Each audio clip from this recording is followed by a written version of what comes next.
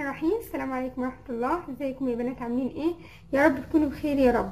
النهارده ان شاء الله هعمل معاكم وصفه طبيعيه وجميله جدا لازاله شعر الوجه، وخاصه الشعر اللي بيبقى فوق الشفايف، بطريقه سهله وبسيطه من غير قلم ومن غير ما تحتاجي ان انت تعملي سويت. الوصفه بسيطه جدا ومكوناتها بسيطه، مش هتحتاجي ان انت تشتري حاجه من بره، كل مكوناتها متوفره موجوده باذن الله في كل بيت.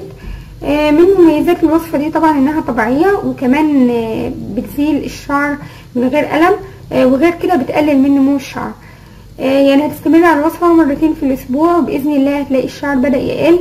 ومع الاستمرار على الوصفه هتلاحظي ان الشعر اختفى تماما باذن الله، بس اهم حاجه انك تستمري عليها مرتين في الاسبوع، وان شاء الله هتجيب نتيجه مذهله باذن الله.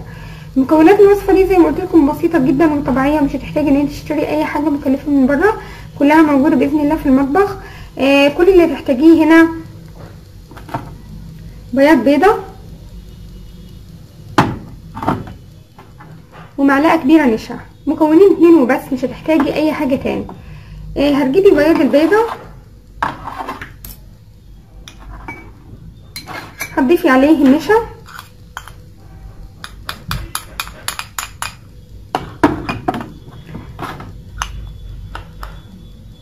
طبعا النشا يا بنات كلنا عارفين ان هو من الحاجات الجميله جدا للبشره، بيفتح البشره وكمان بيشد البشره وبيديها نعومه ونضاره. بياض البيض كمان يعتبر طبعا بروتين للبشره، بيغذي البشره وبيديها نعومه وتفتيح، وكمان بيشد البشره. يعني النشا وبياض البيض من الحاجات الجميله جدا ومفيده جدا للبشره، بياض وشد وتنعيم ونضاره، يعني مفيش احلى من كده للبشره. وطبعا من الجديد او من الحاجات الجديده ان بياض البيض لما بيتحط مع النشا ويتعملوا زي الماسك كده، بيبقى جميل جدا الماسك ده في ازاله الشعر. زي ما قلت لكم بيقلل من نمو الشعر، ومع الاستمرار هتلاقي الشعر اختفى تماما باذن الله، بس اهم حاجه الاستمرار. يعني الوصفه دي غير انها بتزيل الشعر، بتفتح البشره وبتديها نعومه ونضاره وحيويه.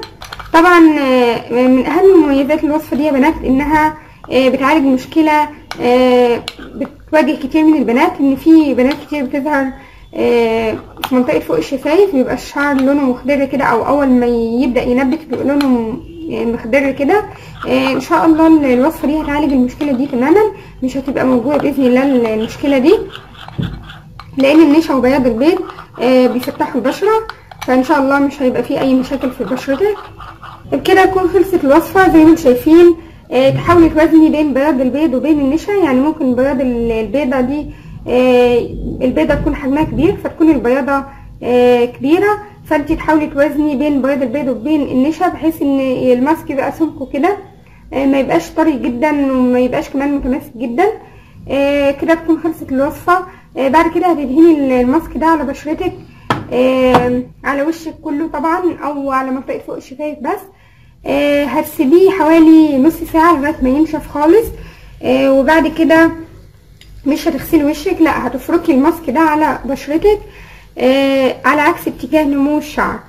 يعني بعد مرور نص ساعه يكون الماسك نشف خالص على بشرتك، هتبداي تفركي بشرتك من الماسك على عكس اتجاه نمو الشعر. بعد كده هتغسلي بشرتك بالميه الدافيه الاول، وبعد كده بالميه الساقعه او بالميه البارده. هتستمري على الوصفه زي ما قلت لك مرتين في الاسبوع، وان شاء الله هتلاقي تفتيح للبشره، هتلاقي نعومه، هتلاقي كمان مشكله الشعر اللي بيظهر اخضر فوق الشفايف اتحلت نهائيا باذن الله. مع الاستمرار على الوصفه هتلاقي الشعر اختفى نهائيا، او بدا يقل بالتدريج، وبعد كده هيختفي نهائيا باذن الله. طبعا الوصفه دي بتزيل الشعر، بتفتح البشره، بتشد البشره، بتديها نعومه ونضاره. يا ريت يا بنات تستخدموها وتستمروا عليها مرتين في الاسبوع، ان شاء الله هتجيب نتيجه حلوه قوي معاكم. كده تكون خلصت الحلقه. يا ريت تكونوا استفدتوا من الوصفه، اتمنى انكم تجربوها وتقولوا لي رايكم فيها. ما تنسوش بقى الاشتراك في القناه، يا ريت بقى لو كنتي اول مره تشوفي القناه تشتركي فيها بالضغط على الزر الاحمر الموجود اسفل الفيديو. ما تنسوش كمان تعملوا لايك للفيديو عشان يوصل اكبر عدد من البنات تستفاد منه، وكمان عشان تشجعوني استمر معاكم.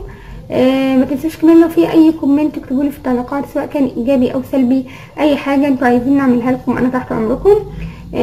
اشوفكم على خير بقى في حلقه جديده من دنيا المرأة. توحشوني جدا جدا جدا. السلام عليكم ورحمه الله.